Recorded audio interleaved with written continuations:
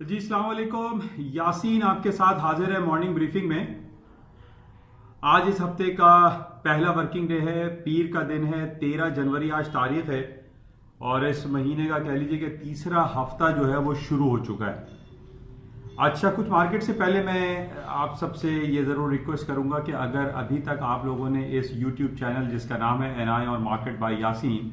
इसको अगर आपने सब्सक्राइब नहीं किया है तो इस पर प्लीज़ सब्सक्राइब का बटन दबा दीजिएगा और अगर आपको अच्छा लगे तो इसको लाइक और शेयर भी कीजिएगा।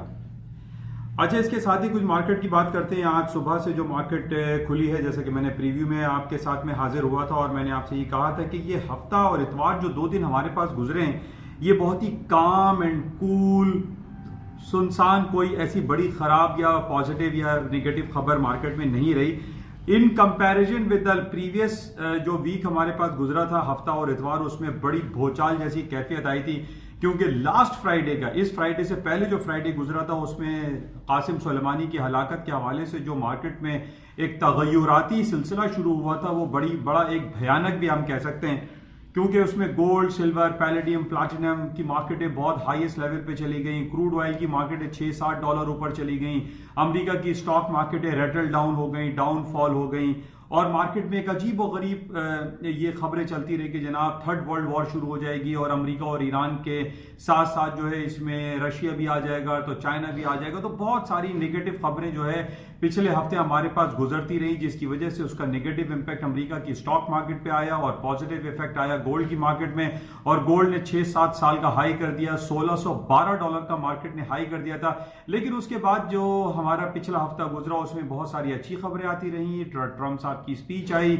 और दोनों ममालिक यानी अमेरिका और ईरान ने इस बात पर रजामंदी का इजहार भी हमें देखने में आया कि दोनों किसी जंगी कैफियत में जाना नहीं चाहते, बल्कि एक पीस टॉक की बात भी की गई। और हालात को कूल डाउन करने के लिए हम कह सकते हैं कि जनाब इमरान खान ने भी बड़ा अपना किरदार निभाया और उनकी तारीफ पूरी दुनिया में अक्रॉस द बोर्ड उनको सराहा भी गया, क्योंकि रीजन में जो पाकिस्तान है, जिसमें हम इसको मिडिल ईस्ट में भी कंसिडर अक्सर लोग करते हैं, क्योंकि अगर ये हालात खराब होते हैं पाकिस्तान के या आपके जो हमारा बलूचिस्तान बॉर्डर है उसके साथ ईरान है, ईरान के साथ इराक है, इराक के साथ फिर सारा ये मिडिल ईस्ट कनेक्शन आ जाता है। और अगर यहाँ पर कोई नेगेटिव सेंटिमेंट्स आते, नेगेटिव कोई इवेंट होता, कोई कन्वेंशनल वॉर वाली जैसी कैफियत रोनुमा बर्पा होती, तो उसका लाजमी पाकिस्तान के ऊपर भी और पूरे रीजन के ऊपर बहुत ज्यादा नेगेटिव असरात होते।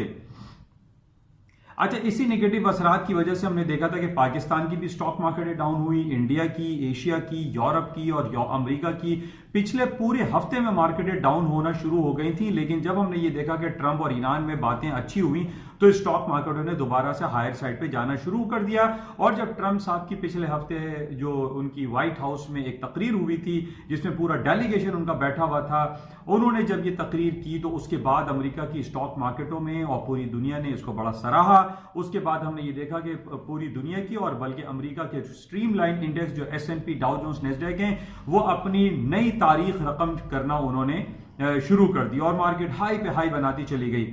जैसे काफी अरसे से मैं आपसे इस बात का इजहार और जिक्र करता चला आ रहा हूं कि अमेरिका की स्टॉक मार्केटें तारीख की बुलंद तरीन सतहों को डेली और वीकली बेसिस पे छूती हैं और उसको तोड़ती चली जा रही हैं। हालांकि दूसरी तरफ हमारे पास इतनी ज्यादा नेगेटिव खबरें अमेरिका की यानी जो जंगी कैफियत के हवाले से थी कि जनाब पता नहीं क्या हो जाएगा, उसके बाद जो है पूरी दुनिया की स्टॉक मार्केटें रेटल डाउनफॉल हो जाएंगी और अमेरिका में रिसेशनरी फियर का भी खबरें जो है वो बड़ी बाजगश करती हैं। लेकिन मैं काफी अरसे से आपसे यही बात दोहराता रहता हूं कि जनाब अमेरिका की जितने भी जो इनके फाइनेंशियल जो फिगर्स हैं, जो स्टैटिस्टिकल ब्यूरो जो उनके फिगर्स रिलीज करते हैं, चाहे वो इंडस्ट्रियल प्रोडक्शन हो, कैपेसिटी यूटिलाइजेशन हो, जॉब रिपोर्ट हो, अनएम्प्लॉयमेंट रेट हो या उनका जीडीपी रेशो हो, वो तमाम इतने पॉजिटिव इंडिकेशंस दे रहे हैं कि जिसकी बेसिस पे हम ये कह ही नहीं सकते कि अमेरिका की स्टॉक मार्केटें जो हैं वो फॉलिंग साइड पे चली जाएंगी। और इसके अलावा जो अमेरिका की बड़ी बड़ी जो जिसको मैं आपको फैंग ग्रुप कहता हूं, Apple, Amazon,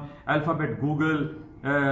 Facebook, Microsoft, Intel, ये 4-5 कंपनीज ऐसी हैं जो कि $1 ट्रिलियन इंडस्ट्रीज बन चुकी हैं, $1 ट्रिलियन कंपनीज हो गई हैं। यानी ये 4-5 कंपनी तकरीबन 6 से 7 हजार अरब डॉलर के फंड को मैनेज करती हैं पूरी दुनिया में। इसको हम कैसे कह सकते हैं कि अमेरिका के हालात खराब हैं या हमें कोई नेगेटिव सेंटिमेंट्स वहां से आ रहे हैं?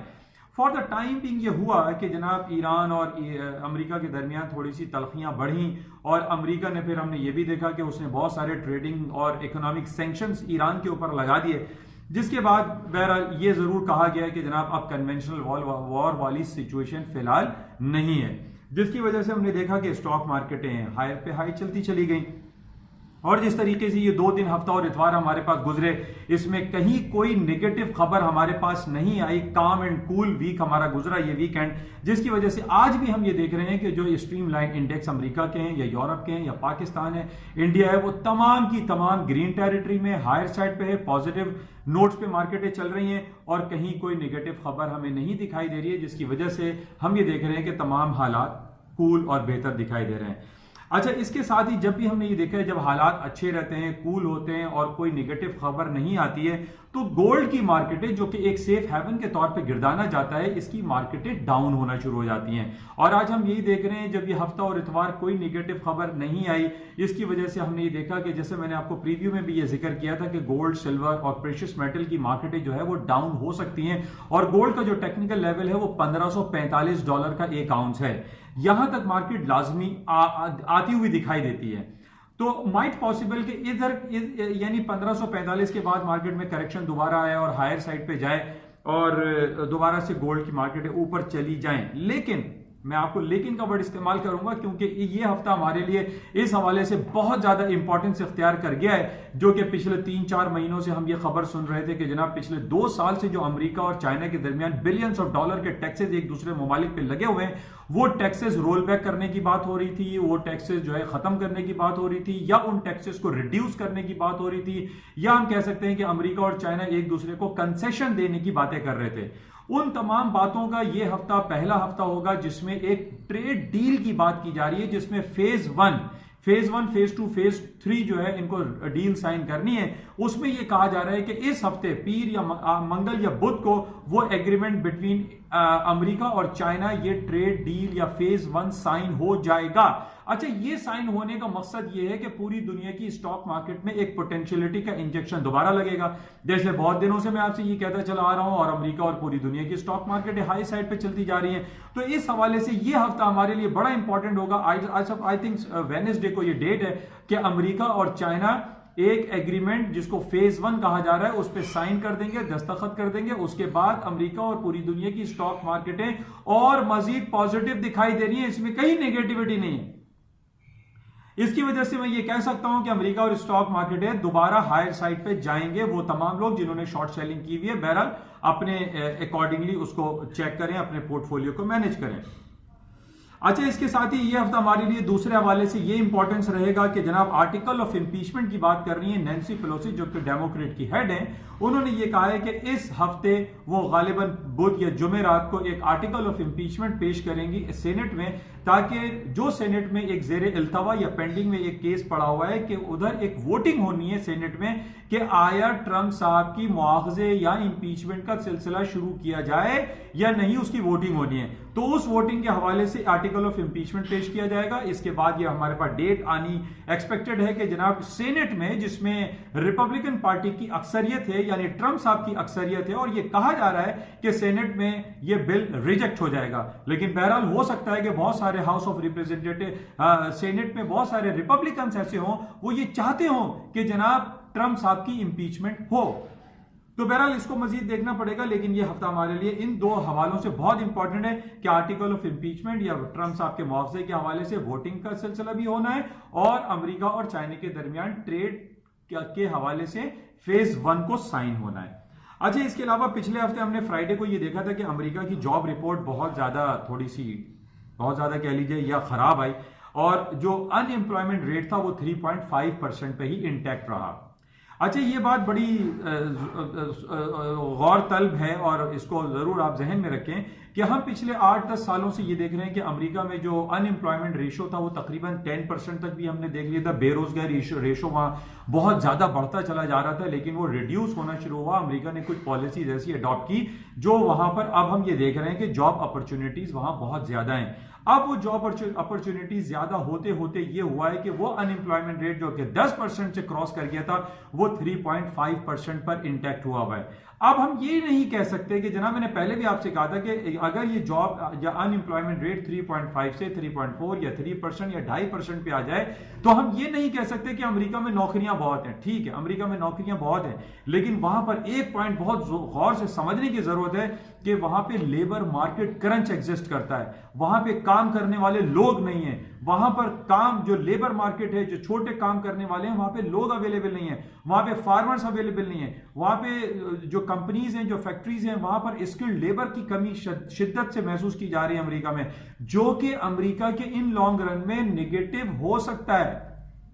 हम दूसरी तरफ हम चाइना में देख रहे हैं कि चाइना में लेबर मार्केट जो है वो बहुत ज्यादा ईज है, वहां पर अवेलेबल है, जिसकी वजह से चाइना की जो एक्सपोर्ट है वो बहुत ज्यादा है, वहां पर बहुत ज्यादा हालात बेहतर दिखाई देते हैं। जबकि दूसरी तरफ हम अमेरिका में इसके बरक्स देख रहे हैं। तो अनएम्प्लॉयमेंट रेट का ज्यादा नीचे आ जाना भी अमेरिका की इकोनॉमी के लिए बेहतर नहीं। बहरहाल इसको मजीद देखेंगे। इसके अलावा मैं पेट्रोल के हवाले से जो आपसे जिक्र कर रहा था कि क्रूड ऑयल के प्राइसेस जो है उसके अंदर ज्यादा तेजी नहीं दिखाई देती और अभी भी हम देख रहे हैं कि 58 और 59 डॉलर पे मार्केट चल रही है। मैंने सुबह प्रीव्यू में आपसे ये कहा था कि दुनिया की 12-13 साल या 15 साल पुरानी कंपनी है टेस्ला, जो कि इलेक्ट्रॉनिक गाड़ियां बनाती है, इलेक्ट्रिक पे बनाई जाने वाली गाड़ियां प्रोड्यूस कर रही है। उसकी market capitalisation 86 billion of dollar है, जो कि बहुत ज्यादा है। यानी जनरल मोटर्स और फोर्ड मोटर्स जिसकी 40-50 बिलियन डॉलर की मार्केट कैपिटलाइजेशन है और टेस्ला इनको बीट कर गई है। उसकी वजह यही है जिसकी, जैसे मैं आपसे कह रहा हूं कि दुनिया जो आगे की तरफ जा रही है, अगले 10 साल जो हमारा डेकेड शुरू हुआ है 21वीं सदी का, इसमें हो सकता है कि आइंदा 10 सालों में पेट्रोल पे चलने वाली गाड़ियों की मिकदार जो है वो तादाद बहुत कम हो जाए, वो 10 और 20% पे पहुंच जाए और पूरी दुनिया में जो गाड़ियां हैं वो बैटरी पे, सीएनजी पे या आप कह लीजिए कि सोलर एनर्जी पे चल रही होंगी, तो पेट्रोल की कीमतों में खातिर खा कमी दिखाई देती है। और यही वजह हम कह सकते हैं कि सऊदी अरामको के जो शेयर्स हैं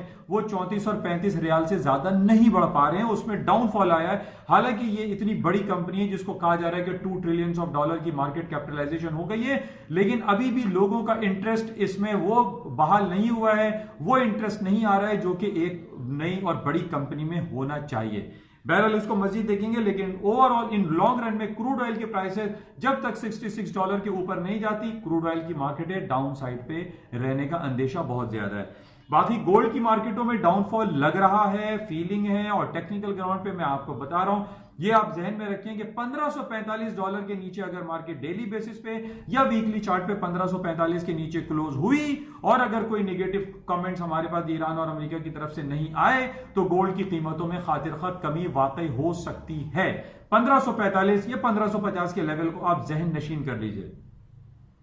अच्छा, इसके अलावा हम देख रहे हैं कि स्टर्लिंग की और यूरो की मार्केट में बहुत ज्यादा तेजी नहीं आ रही है, मार्केट डाउनफॉल पे खड़ी हुई है। 30-10, 30-15 पे स्टर्लिंग है और यूरो जो है वो 11-20, 11-15 पे मार्केट चल रही है। और उसकी वजह हम सिर्फ यही कह सकते हैं कि वो इंपॉर्टेंस, वो जो कॉन्फिडेंस यूरो जोन में है वो एग्जिस्ट नहीं कर रहा है। 31 जनवरी को बरतानिया 46 साल के बाद यूरोपियन यूनियन से अलहदा होने जा रहा है। बहुत ज्यादा गैर यकीनी कैफियत लोगों में पाई जाती है और लोग बहुत अनसर्टेन फ्यूचर देख रहे हैं, जिसकी वजह से यूरो और स्टर्लिंग की मार्केटों में वो पोटेंशियल एग्जिस्ट नहीं करता जो एक आम आदमी समझ रहा है। अच्छा, दूसरी तरफ हम ये देख रहे हैं कि डॉलर की मार्केट अक्रॉस द बोर्ड पूरी दुनिया में बढ़ती चली जा रही है और उसकी वजह हम ये कह सकते हैं कि जनाब पूरी दुनिया में इस वक्त हम देख रहे हैं कि अमेरिका की जो स्टॉक इंडिसेस हैं, S&P, डाउ जोन्स और नेस्डैक, वो तारीख की बुलंद तरीन सतहों पे खड़ी हुई हैं। जब हम देखते हैं किसी भी इकोनॉमीज में जब उसकी स्टॉक मार्केट, उसके बोर्सेस जो है वो हायर साइड पे रहते हैं तो उसकी करेंसी में भी लोगों का, पूरी दुनिया का अक्रॉस द बोर्ड में कॉन्फिडेंस बहाल होता है। और यही वजह हम देख रहे हैं कि डॉलर का कॉन्फिडेंस पूरी दुनिया में बहाल होता चला जा रहा है, जबकि यूरो और स्टर्लिंग डाउनफॉल हो रहे हैं। इस वजह से अभी हम ये कह सकते हैं कि अमेरिका के dollar across the board higher side पे रहेगा और करेंसी मार्केट स्टर्लिंग यूरो में डाउनफॉल बरकरार रहेगा। बहरहाल ये कुछ खबरें थे, लेकिन आज अच्छी खबर हमारे पास पाकिस्तान के लिए भी है कि पाकिस्तान की स्टॉक मार्केट भी ग्रीन टेरिटरी में चल रही है। पाकिस्तान की स्टॉक मार्केट 43,000 के लेवल को क्रॉस कर गई। अब सिर्फ 10,000 पॉइंट का गैप रह गया है, जो कि पाकिस्तान की तारीख में KSE 100 इंडेक्स ने 53,000 का बेंचमार्क क्रॉस किया था। और अब ये बात चल पड़ी है कि इंशाल्लाह पाकिस्तान की स्टॉक मार्केटें भी अपनी तारीख की बुलंद तरीन सतहों को छुएंगी, तोड़ेंगी, और अब वो दिन दूर नहीं कि 53,000 का जो लेवल है वो ब्रेक हो जाए। बहरहाल हम ये देख रहे हैं कि 53,000 से मार्केट डाउन साइड पे 28,000 तक आई थी और 28,000 से क्रॉस ऊपर करते करते अब 43,000 यानी 15,000 पॉइंट पीएसएक्स इंडेक्स बढ़ चुका है। तो उम्मीद ये की जा रही है जो हमारे इमरान खान साहब की तरफ से जो पॉलिसीज अडॉप्ट की जा रही हैं वो काफी बेहतर दिखाई देती हैं।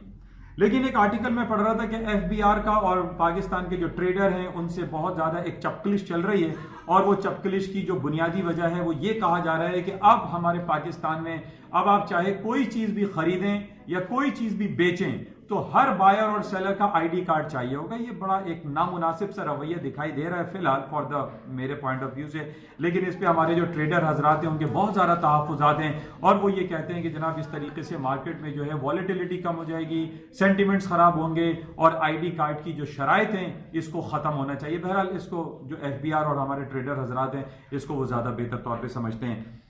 अच्छा, एक नेगेटिव खबर हमारे पास 2 दिन पहले गुजरी। अरब कंट्री में यानी ओमान के